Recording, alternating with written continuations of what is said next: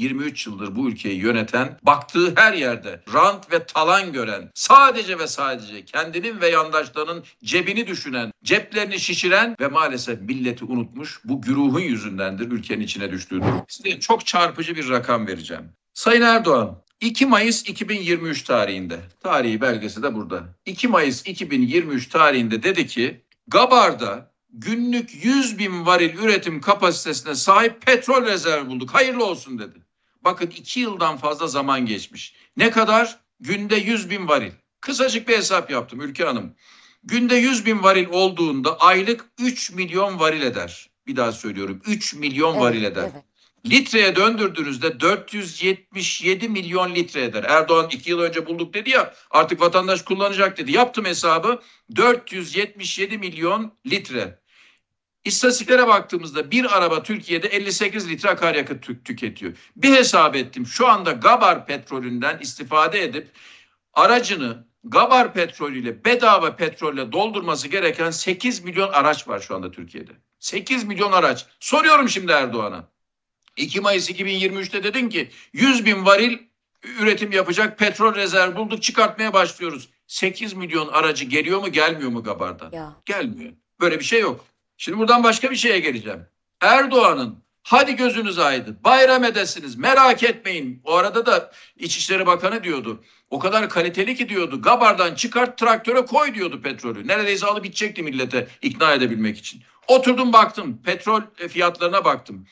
4 Mayıs 2023'te, yani o açıklamayı yaptıktan bir gün sonra motorun fiyatı 18.80 lira. Bugün ne kadar biliyor musunuz? 51.08 lira. Ya 3 kata yakın, 2,5 kat artmış. Sen diyorsun ki petrol bulduk. Senin bulduğun petrol falan değil, zam bulmuşsun sen dağın dibinde. Habire zam yapıyorsun. Gelelim doğalgaza. Bakın 21 Ağustos 2020. Erdoğan'ın yaptığı açıklama burada. Evet, 21 Ağustos 2020. Tekrar söyleyelim. Tam ekran görebilir miyiz yönetmenim? Bu arada yayınımızı biraz uzatacağız. Onun da bilgisini vereyim sevgili yönetmenime. Buyurunuz, dinliyoruz Sayın Çömez. 21 Mayıs 2020'de Erdoğan demiş ki, Karadeniz'de 320 milyar metreküp doğalgaz rezervi bulduk. Evet. Hadi gözünüz aydın. 5 yıl geçmiş. Geçtiğimiz aylarda da yine hatırlayacaksınız, bir Osman Gazi platformu diye bir platform, onun da hikayesine girmek istemiyorum. O da daha önceden patlamış, Brezilya açıklarında batmış bir platform. Onu getirip tamir ettiler, o hurdayı getirip bize platform diye maalesef çaktılar. O ayrı bir mevzu. Onu da boğazdan geçirip dediniz ki artık vatandaşımız rahat edecek. Ya bunu 5 yıl önce demişsiniz. 320 milyar metreküp doğalgaz rezervi bulduk. Doğalgaz rezervi bulduk dedikten sonra hemen baktım. Gazın litresi 4.01 liraymış Ülke Hanım. Bugün 24.91. Tam 6 kat artmış. Yahu 320 milyar metreküp doğalgaz buluyorsun ve ardından doğalgazın fiyatı tam 6 kat artıyor. Böyle bir ekonomi olur mu? Kocaman bir yalan ve ellerine geçirdikleri medya marifetiyle sabahtan akşama milleti maalesef kandırıyorlar. Şimdi bu doğalgaz ve petrol zammından sonra olay ne olacak? Ben size biraz da ondan bahsedeyim. Bir kere zaten tarım kana alıyor Ülke Hanım. Tarım kana alıyor, çiftçi kana alıyor. Bu ülkede çocuk ölümleri artmış, yaşlı ölümleri artmış. Niye biliyor musunuz? Beslenemedikleri için. Protein alamayan yaşlıların albumin seviyeleri düşük olarak hastanelere gidiyor ve konuştuğum pek çok yoğun bakım doktoru diyor ki albuminleri düşük olduğu için, beslenemedikleri için, et yiyemedikleri için insanlarımız hayatını kaybediyor diyor. Geçtiğimiz günlerde Ziraat Bankası'nın tarım ekonomisi toplantısına katıldı Erdoğan. Aman Allah'ım, neler saydı döktü. Dinleseniz dersiniz ki biz cennette mi yaşıyoruz? Diyor ki Erdoğan, sığır üretiminde Avrupa'da birinciyiz diyor. Ben söylemedim bunu. Erdoğan söylüyor. Sığır üretiminde Avrupa'da birinciymiş. Anladım da Sayın Erdoğan, o zaman sen niye 11,5 milyar dolar para verdin sığır ithalatına, Angus ithalatına, Brezilya'dan ve Uruguay'dan? Bunun cevabını ver. Madem Avrupa'da birincisin, Avrupa'da, İngiltere'de kıymanın kilosu 280 lirayken neden benim ülkemde 700 lira? Bana bunun cevabını ver. İnsanlar bu fiyata kıymayı alamadığı için, zaten beslenemedikleri için hayatlarını kaybediyorlar. Ondan sonra diyor ki tarımsal üretimde dünya birincisiyiz. Çok iyiyiz. Avrupa'da dereceler yapıyoruz. İnanılmaz tarımsal üretimimiz var. İyi de Sayın Erdoğan, madem bu kadar tarımsal üretimde dünyada rekorlar kırıyorsun, o zaman OECD'de gıda enflasyonunda niye rekor kırıyorsun? Evet. OECD'nin gıda enflasyonu ortalaması %4, o da bizim yüzümüzden, biz olmasak %3'lerde falan olacak. Bizden dolayı artıyor. %4, sende %40. Savaşan iki ülke var, Ukrayna ve Rusya. Bunlar da gıda enflasyonu %11, sende %40. Komşu ülkelerimiz Yunanistan ve Bulgaristan'da gıda enflasyonu %3'lerde, sende %40. Nasıl oluyor bu iş? Kalk sen bunu bana izah et. Ondan sonra dedi ki Erdoğan, çiftçimiz hamdolsun dimdik ayakta. Peki ayakta, o zaman şu rakama cevap ver Sayın Erdoğan. Şu anda çiftçinin bankalara olan borcu Ülke Hanım 1 trilyon 288 milyar lira. Çiftçinin tarlaları haraç mezat satılıyor, ipotekli tarlaları. Traktörleri satılıyor. Ve şu anda Türkiye'nin bir yıllık, yani bu yıl bir yıllık tarımsal gayri safi yurt içi hasılası 1,1 trilyon. Halbuki çiftçimizin borcu bunun çok üzerinde. Böyle bir sistem ayakta kalamaz. Sistem çöküyor. Uzatmayacağım, bir de tekstilden örnek vereceğim.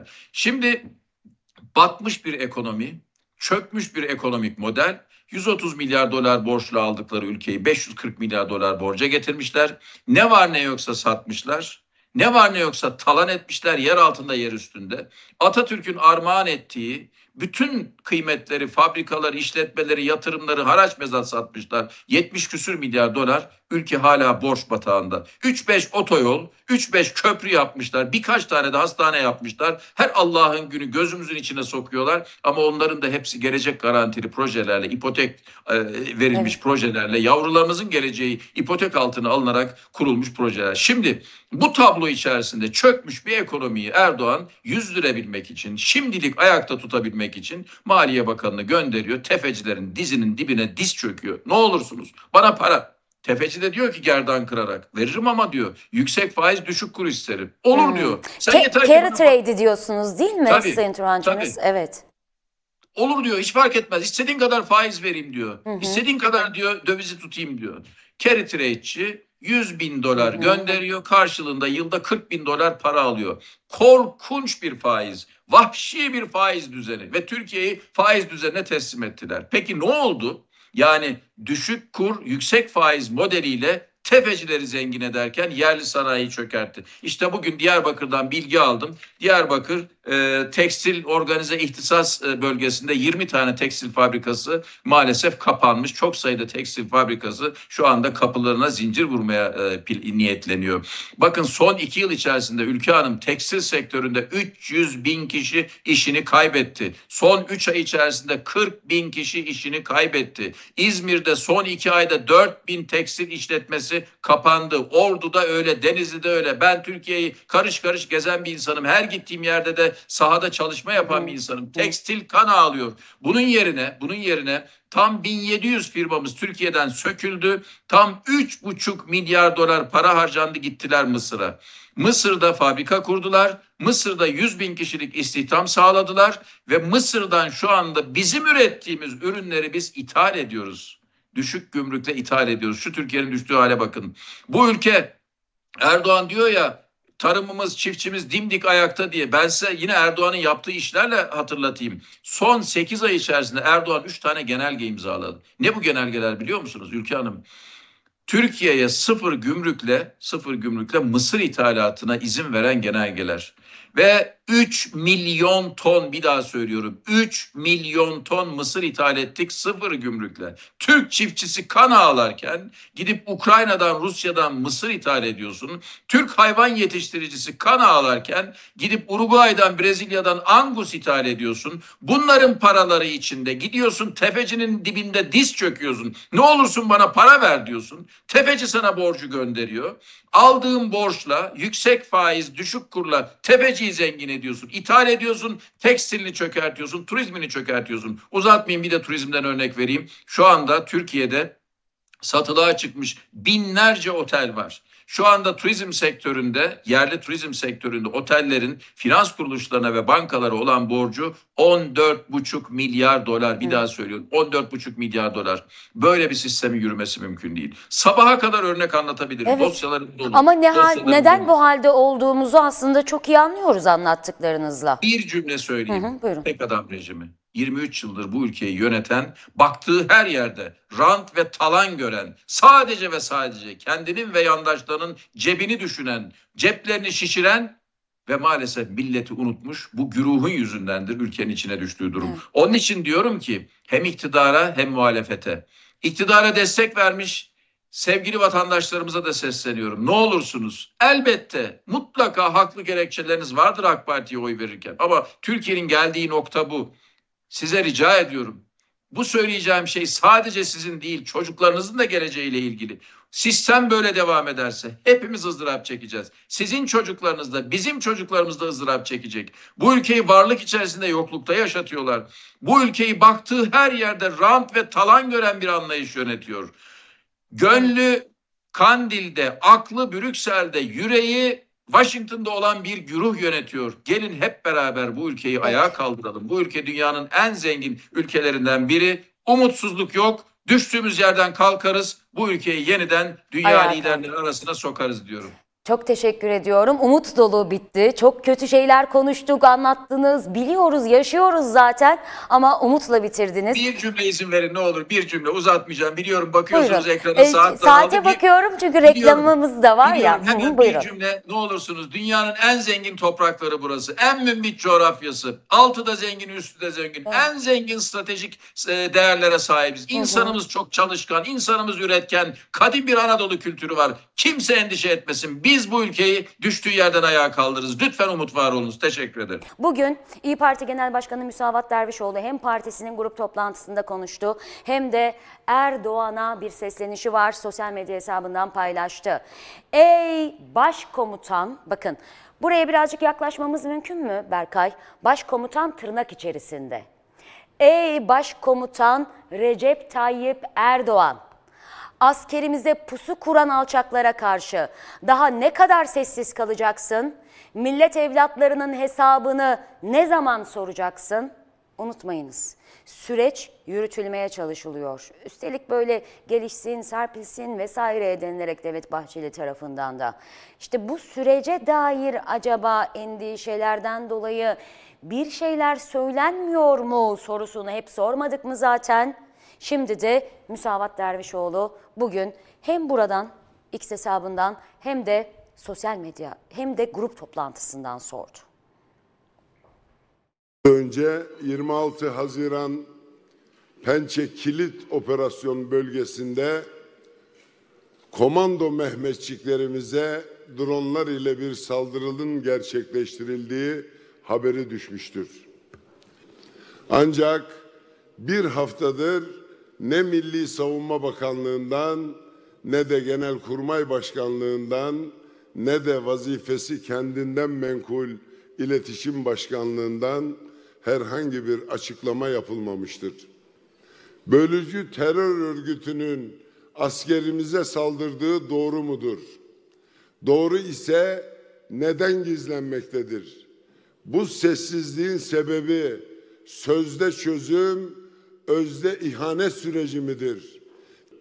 Bir şeyleri gizlemek için bu memleketin evlatlarını görmezden gelirseniz nefesimiz sonuna kadar ensenizde olacaktır.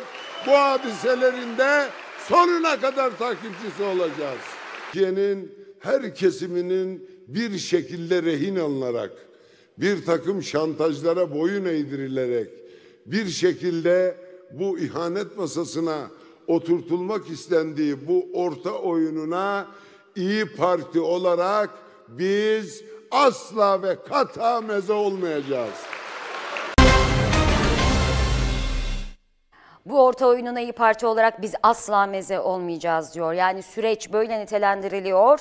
Önümüzdeki hafta Erdoğan'la görüşecek DEM Parti heyeti. Sorulan sorular hala yanıtsız sevgili izleyenler ve Irak'ın kuzeyinde askerlerimize düzenlendiği belirtilen o saldırıyla ilgili iktidarın sessiz kalmasına yönelik İYİ Parti'den dün de tepki gelmişti. GATA'nın önünden İYİ Parti Grup Başkan Vekillerinden Turhan Çömez sorularını sordu. Milli Savunma Bakanı Yaşar Güler'e neden sessiz kalıyorsunuz dedi. O anları görelim, sonra Sayın Turhan Çömez bizimle.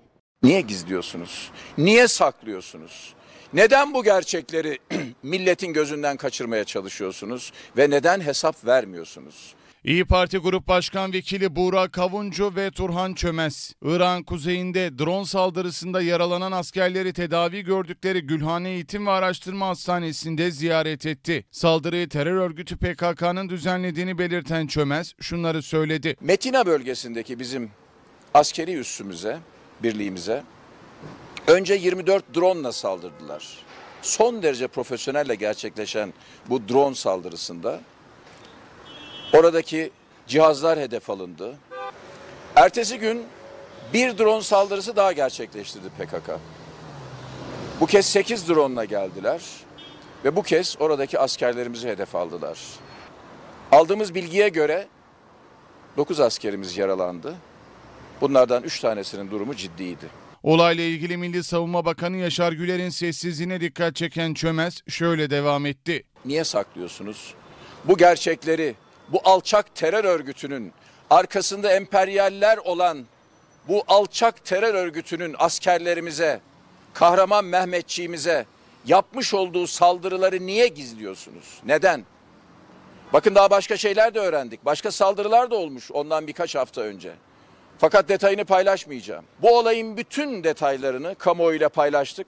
Artık inkar edecek bir durumunuz yok. Artık saklayacak da bir durumunuz yok. Gizleyecek de bir durumunuz yok. Kalkın bu alçak terör örgütünü, Türkiye'nin birliğine ve bütünlüğüne göz dikmiş bu alçak örgütü arkasındaki emperyal uzantılarıyla beraber lanetleyin ve gerekeni yapın. Yapmıyorsanız da o görevi bırakın. Aynı sorular dün de soruldu, bugün de soruluyor sevgili izleyenler. Peki yanıtları var mı? İYİ Parti Grup Başkan Vekili Sayın Turhan Çömez bizimle birlikte. Merhaba efendim, hoş geldiniz. Merhaba, iyi yayınlar diliyorum. Çok teşekkür ediyorum. Tabii dün GATA'nın önünden sordunuz Sayın Çömez bu soruları. Bugün İYİ Parti Genel Başkanı Sayın Müsavat Dervişoğlu sordu. Aslına bakarsanız verdiğiniz bilgiler o kadar önemli ve o kadar net görünüyor ki 9 askerimiz yaralandı diyorsunuz. 3'ünün durumunun ağır olduğunu söylüyorsunuz. Bir açıklama istiyorsunuz. Neden susuyorsunuz diye soruyorsunuz. Milli Savunma Bakanlığı'ndan, iktidar cephesinden dünden bugüne gelen bir yanıt var mı Sayın Çömez? Hiçbir cevap yok, hiçbir yanıt gelmedi. Verebilecek cevapları yok belli ki. Aslında millet bunun hesabını soruyor, sormak istiyor fakat milleti de muhatap almıyorlar. Ve maalesef şu anda kafasını kuma gömmüş bir iktidar var. İletişim Başkanlığı nerededir? Türk Silahlı Kuvvetleri'nin başı, Genelkurmay Başkanı nerededir? Aynı zamanda Milli Savunma Bakanı nerededir? Ve ordunun başı olduğunu söyleyen Sayın Cumhurbaşkanı nerededir? Bu kadar vahim bir olay yaşanırken, bu kadar ciddi bir olay yaşanmışken niye susuyorlar?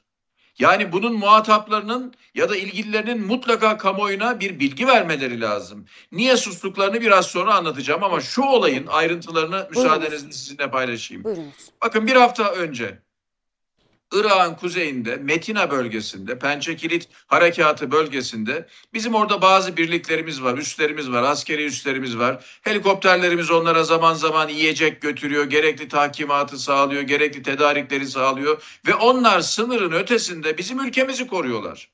Bir hafta kadar önce 18 tane teröristin varlığı ortaya çıkıyor.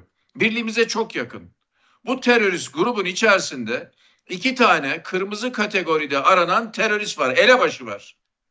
Böyle bir bilgi var orta yerde. Evet. İşte bu grup bizim birliğimize bir saldırı planlıyor ve bunu da son derece profesyonelce gerçekleştiriyor.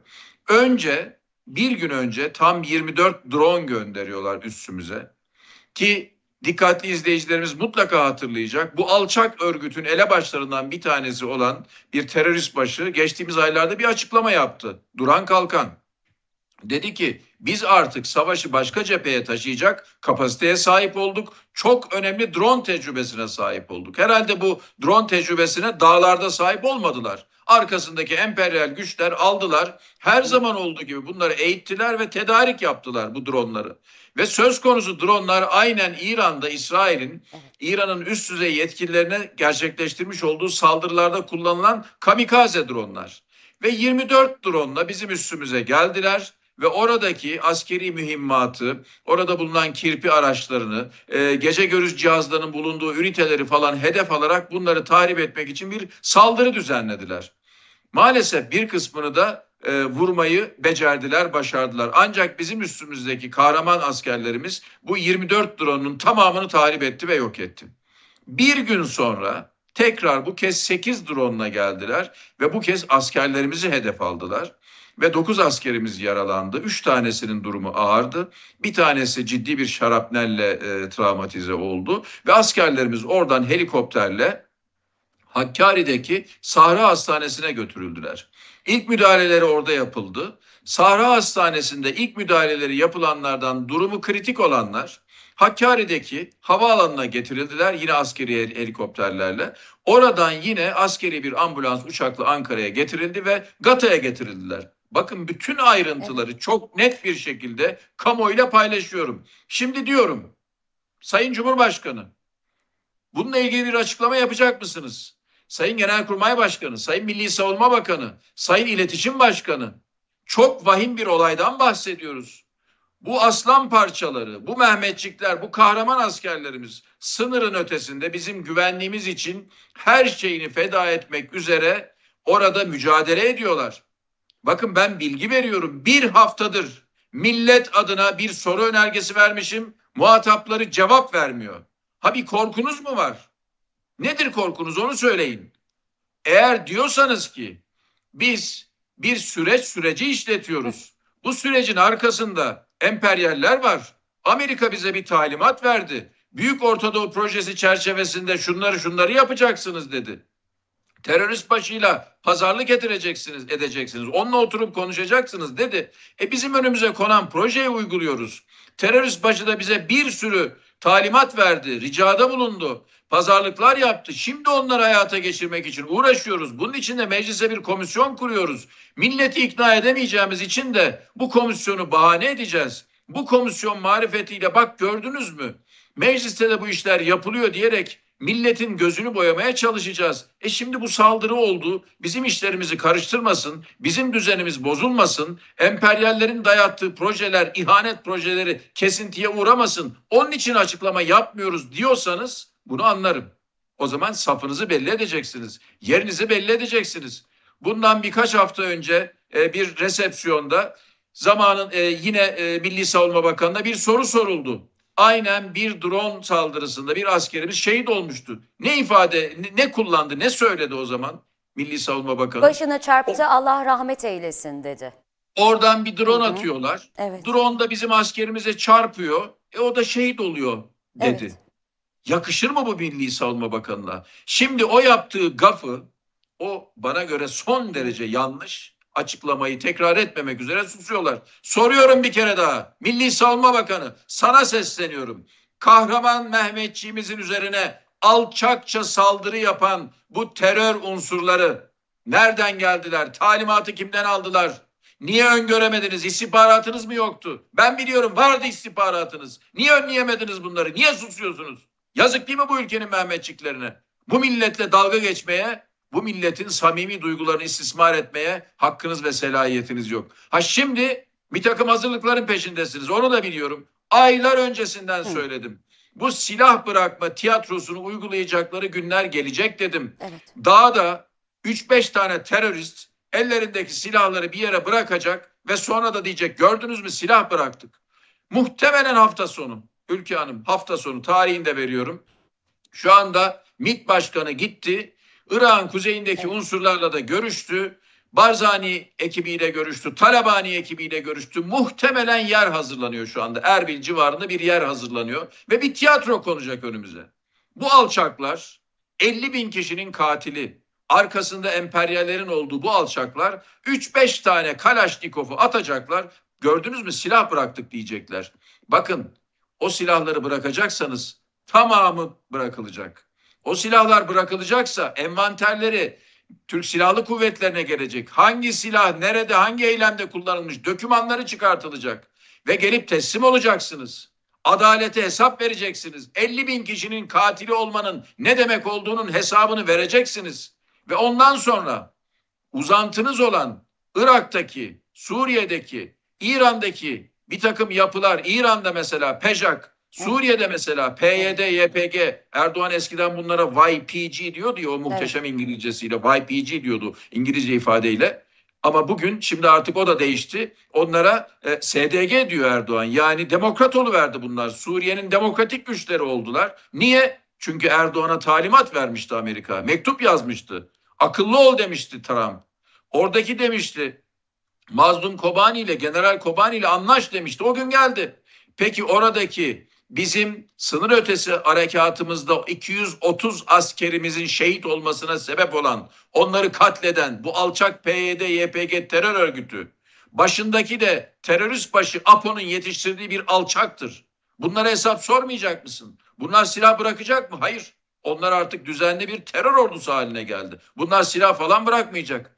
Yine bir başka şey daha. Bakın bunu paylaşmadım kamuoyuyla. Ben soru önergesi verdim yine Milli Savunma Bakanı'na. İlgi duyarsanız gönderirim. Dedim ki 2013 yılından itibaren Türk Silahlı Kuvvetleri Suriye'nin kuzeyine kaç defa sınır ötesi operasyon yapmıştır? Bu operasyonlarda kaç askerimiz şehit olmuştur? Ben biliyorum 230 askerimiz Suriye'de sınır ötesi operasyonlarda şehit oldu.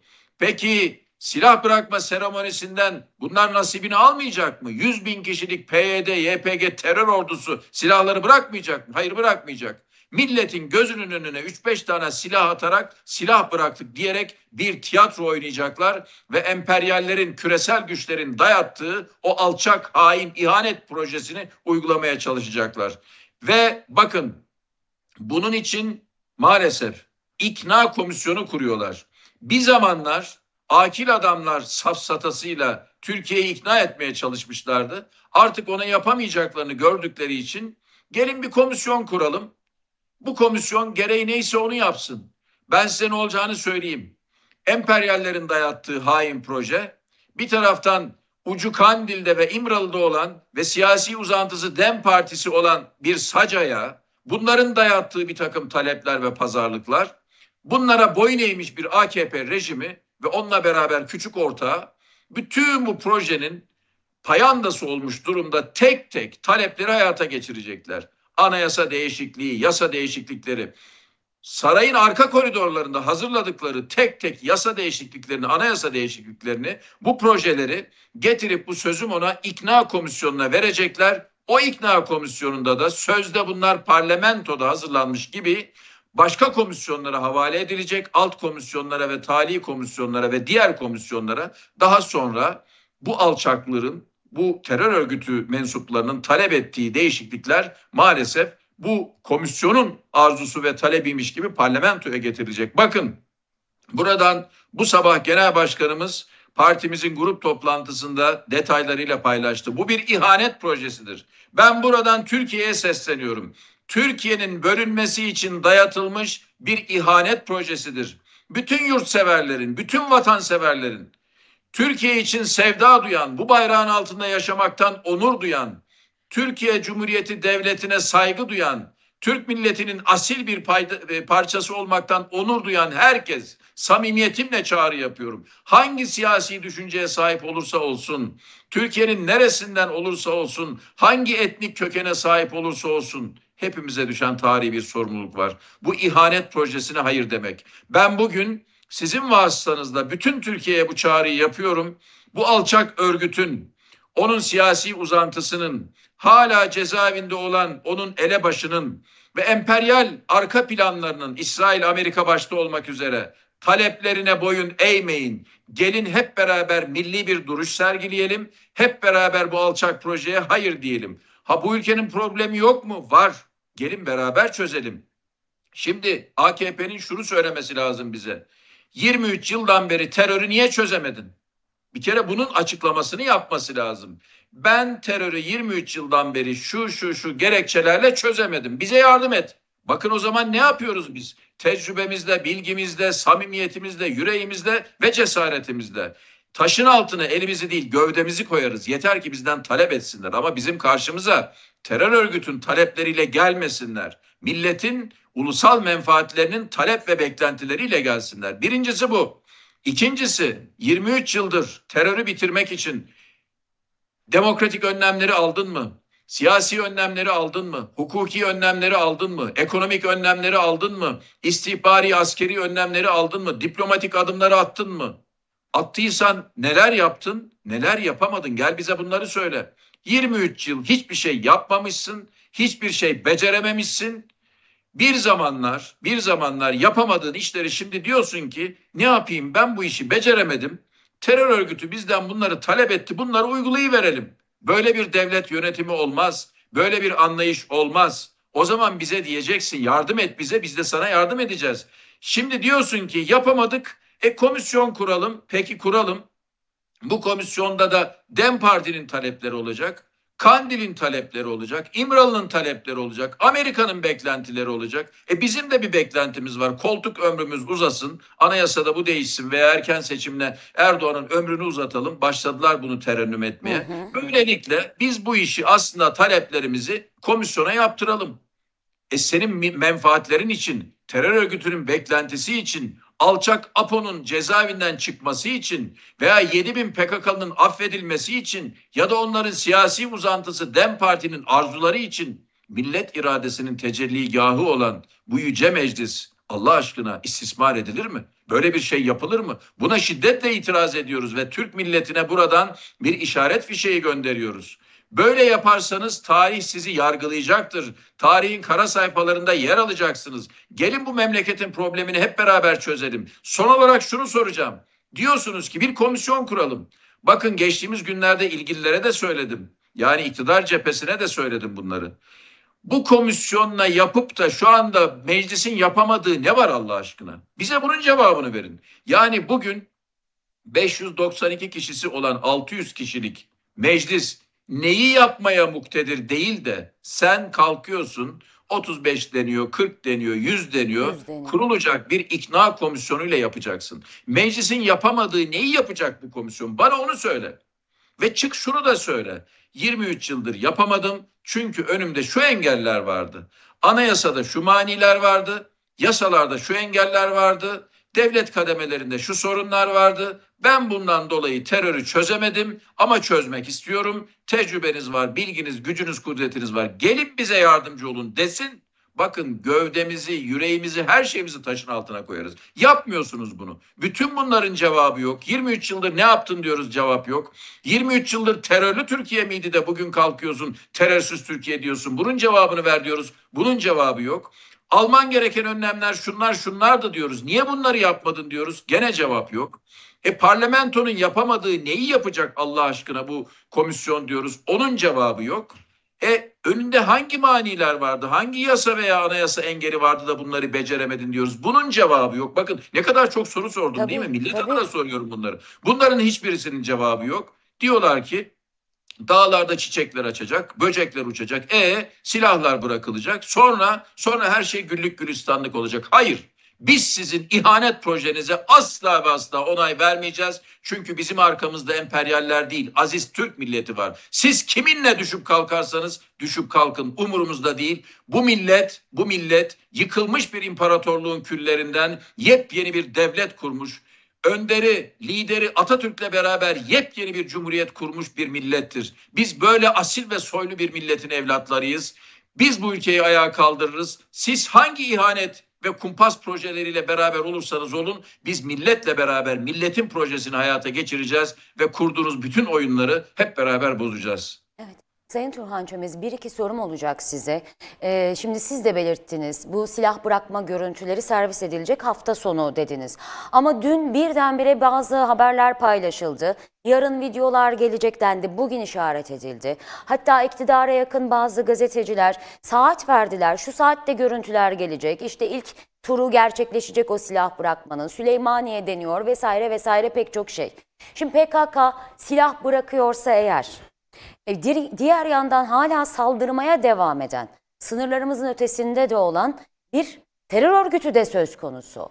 Şimdi ne kadar samimi algılayabiliriz bu silah bırakmayı biz? Askerlerimiz hala drone'la vesaireyle hedef olmaya devam ederken, sizin sorduğunuz bir türlü yanıt alamadığınız, İletişim Başkanlığı'na soruyorsunuz, Milli Savunma Bakanlığı'na soruyorsunuz, iktidara, Genelkurmay'a bu kadar soru varken, sürece dair de neredeyse şeffaflık yok denecek kadar azken Nasıl ikna olacağız o silah bırakma görüntülerine biz? İşte onun için diyorum, ikna komisyonu kurdular ve maalesef millet iradesinin tecelligahı olan yüce çatıyı ikna komisyonu marifetiyle amaçlarına alet etmeye çalışıyorlar. Mesele bu. Bizim itirazımız buna. Bakın ne demişti Devlet Bahçeli, Sayın Bahçeli? Koşulsuz, kayıtsız, şartsız silah bıraksın demişti, değil mi? Ve Ekim 22'deydi yanlış hatırlamıyorsam tarihi. Peki o günden bugüne silah bırakıldı mı? Hayır. Hiç durmadan koşullar geliyor. Nedir bu koşullar? 1. Anayasa 1, 2, 3, 4'ü istemiyoruz diyorlar. Anayasanın giriş kısmı bizim istediğimiz şekilde değil. Bunlar ruhu değişsin anayasanın diyorlar. Anayasa 42 değişsin istiyorlar. Niye? Kürtçe ve Türkçe eğitim dili olsun. Bölücülük daha ilkokul yıllarından başlasın istiyorlar. Başka Anayasa 66 değişsin istiyorlar. Evet. Niye? Orada Atatürk bize armağan etti bunu.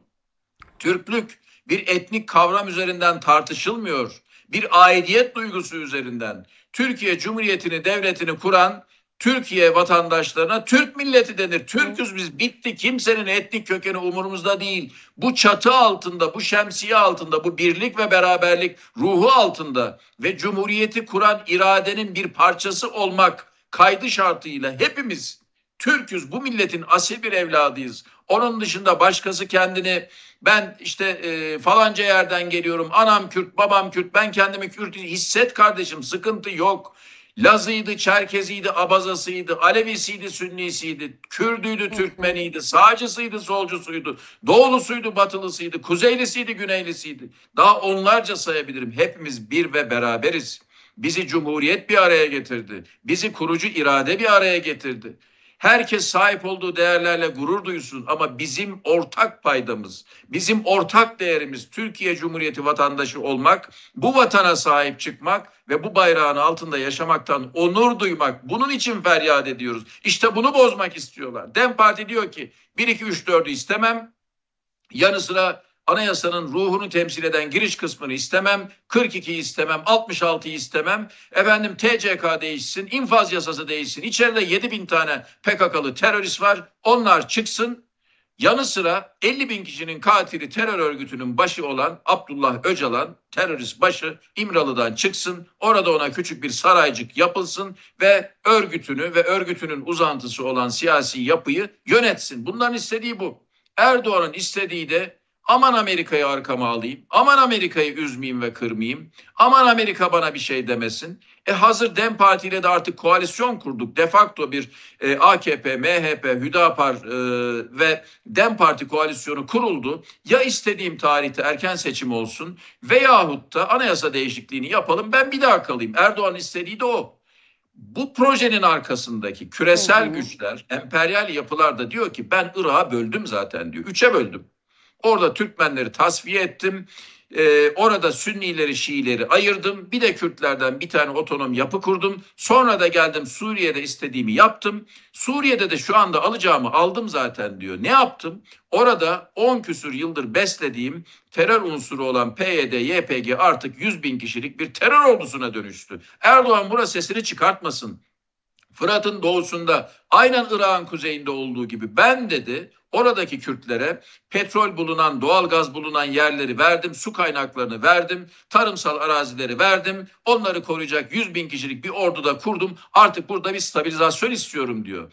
Yanı sıra zaten Suriye'nin bütün altyapısı tahrip edildi. 1000'den fazla hava saldırısı yaparak Suriye'nin altyapısı tamamen yok edildi. Kim yaptı bunu? İsrail ve Amerika yaptı. Artık orada HTŞ'nin uzantısı Jolani'nin söyleyecek hiçbir şey yok. Çünkü Jolani de aynı zamanda Amerika'nın ve İsrail'in projelerine hizmet eden bir aparattır. Başka bir vasfı yoktur. Bu arada İsrail gelmiştir, Suriye'nin güneyini işgal etmiştir. Dürzi bölgesi tamamen artık İsrail'in kontrolü altındadır. O bölgeden bir koridor yukarıya çıktığında Suriye'nin kuzeyine, oradan Irak'ın kuzeyine gelecektir ve Davut koridoru oluşacaktır. Yani bu koridordan artık Erbil'den, Süleymaniye'den kalkan bir araç hiçbir engelle karşılaşmadan Akdeniz'e ulaşacaktır. Bunu yaptım diyor İsrail. Yanı sıra Golan Tepelerini işgal ettim. Daha geçtiğimiz günlerde Kunaytra'yı da işgal ettim. Çok güzel bir yerleşim birimidir. Adı tepedir ama oraları gittim, gördüm, oraları kaldım. İyi bildiğim bir coğrafyadır. Son derece mümbit, akarsuların olduğu, verimli arazilerin olduğu bir yerdir. Burayı da ele geçirdim diyor İsrail. Yanı sıra Hermon Dağı'nı da ele geçirdim. Artık aynen Malatya Kürecik üssü gibi bir tane üs kuracağım. Bütün Ordu Doğu'yu buradan dinleyeceğim diyor. Benim istediğim bu. Peki bunun ötesinde Erdoğan bunlara onay versin. İsrail'le arayı düzeltsin. YPG, PYD'yi bir SDG olarak, yani Suriye'nin demokratik güçleri olarak tanısın. Artık sıkıntı çıkartmasın. Biz de artık ona destek olalım. Şimdi proje bu. Bu projede aslında büyük bir ihanet var. İşte İYİ Parti olarak biz hem iktidara tarihi bir çağrı yapıyoruz. Genel Başkanımız bugün aynı zamanda muhalefete de tarihi bir çağrıda bulundu. Sorumlusunuz dedi. Eğer bu projenin o ya da bu sahikle ya da gerekçeyle bir paydaşı, bir ortağı olursanız tarih sizi sorgulayacaktır. Gelin milli bir duruş sergileyelim. Hep beraber bu alçaklığa, bu ihanete hayır diyelim. Sorunlar varsa, ne olması gerekiyorsa gelin hep beraber çözelim. Türkiye'nin demokratik problemleri var, gelin çözelim. Türkiye'nin hukuki problemleri var, gelin çözelim. Türkiye'nin ekonomik sıkıntıları var, gelin çözelim. Yolsuzluk problemleri var, denetlenemiyor, gelin çözelim. Bugün yine çağrıda bulundu Genel Başkanımız. Eğer hakikaten samimiyseniz gelin bu ülkeyi parlamenter rejime geri döndürelim. Bu konuda bir adım atacaksanız gelin beraber hemen bugünden tez yok çalışalım dedi. Fakat burada bir samimiyet yok. Bütün taraflar olaya kendi perspektifinden bakıyor. Bizim ise baktığımız perspektif aziz Türk milletinin istikbalidir. Türk gençliğinin istikbalidir. Bu ülkenin birliği, bütünlüğü ve beraberidir. Bu vatanın birliğidir. Bu toprakların selametidir. Onun için üstümüze düşeni gerektiği gibi yapmaya devam edeceğiz Ülke Hanım. Sayın Müsavat Dervişoğlu'nun CHP'ye tepkisi olmuştu Sayın Turhan Çömez. Dedi ki cebinde o kırmızı kartla gezenlerin niye sesi çıkmıyor? Lozan meselesi, yani PKK'nın o bildirgesi ilk yayımlandı da Lozan Parkı'nda söylemişti bunu. Şimdi o günden bugüne Cumhuriyet Halk Partisi'ne baktığınızda değişen bir şey var mı? Bu yönde İYİ Parti ve CHP aynı bakış açısına mı sahip? Bunu sormak zorundayım. Çünkü anayasayla ilgili net görünüyor CHP. Oturmayız masaya deniyor ama sürece dair baktığımızda bazı şartların olduğu söylendi, örneğin şeffaflık vesaire 3 şart yerine getirirlerse bakarız deniyor. CHP'nin bu tavrına ne dersiniz? Tabii CHP'nin tavrıyla ilgili ya da ortaya koyduğu şartlarla ilgili partileri adına bir yorum yapmak, bir değerlendirme yapmak istemem. Ancak Genel Başkanımızın yaptığı hatırlatmayı ben teyiden bir kere daha tekrar etmek isterim. Tarihi bir dönemeçten geçiyoruz. CHP bu ülke için çok önemli bir partidir. Ana muhalefet partisidir ve ülkenin kurucu partisidir. Atatürk'ün koltuğunun olduğu bir partidir. İlk kurucu liderinin Mustafa Kemal Atatürk olduğu bir partidir ve bu partinin bugün tarihi bir sorumluluğu vardır. Emperyallerin dayattığı bir proje vardır. Halbuki Atatürk emperyallere direne, onlarla savaşa bağımsızlık mücadelesi vermiş ve bu ülkeyi kurmuştur. O bakımdan emperyallerin dayattığı bir projeye CHP'nin hayır demesi lazım. Emperyallerin aparatı olmuş iktidara hayır demesi lazım ve aynen Sayın Genel Başkanımızın ifade ettiği gibi kırmızı kartı iktidar cephesine, kırmızı kartı bu projenin arka planlarına göstermesi lazım ve milli bir duruş sergilemesi lazım. Ben sadece bugün Genel Başkanımızın ortaya koymuş olduğu tavrı tekrar edebilirim ama onun ötesinde önümüzdeki günlerde şüphesiz bu konuşmalar, bu değerlendirmeler yapılacaktır. Tabii CHP'nin şu anda çok ciddi yaşadığı bir hukuki süreç var. Onunla ilgili de yaşadığı parti içi dışı önemli sorunlar manzumesi var. Biz de bu konudan demokratik ve hukuki olarak CHP'nin bir an önce kurtularak yoluna güçlü bir şekilde devam etmesini arzu ederiz. Çünkü muhalefetin güçlü olması bu ülkenin güçlü olması anlamına gelir. Muhalefetin topyekün hareket etmesi, bütünleşik bir muhalefet anlayışıyla hareket etmesi aynı zamanda iktidara da çok güçlü bir karşı duruş demektir. İhanet projelerine tavır demektir. O bakımdan ben gelişmeleri böyle değerlendiriyorum.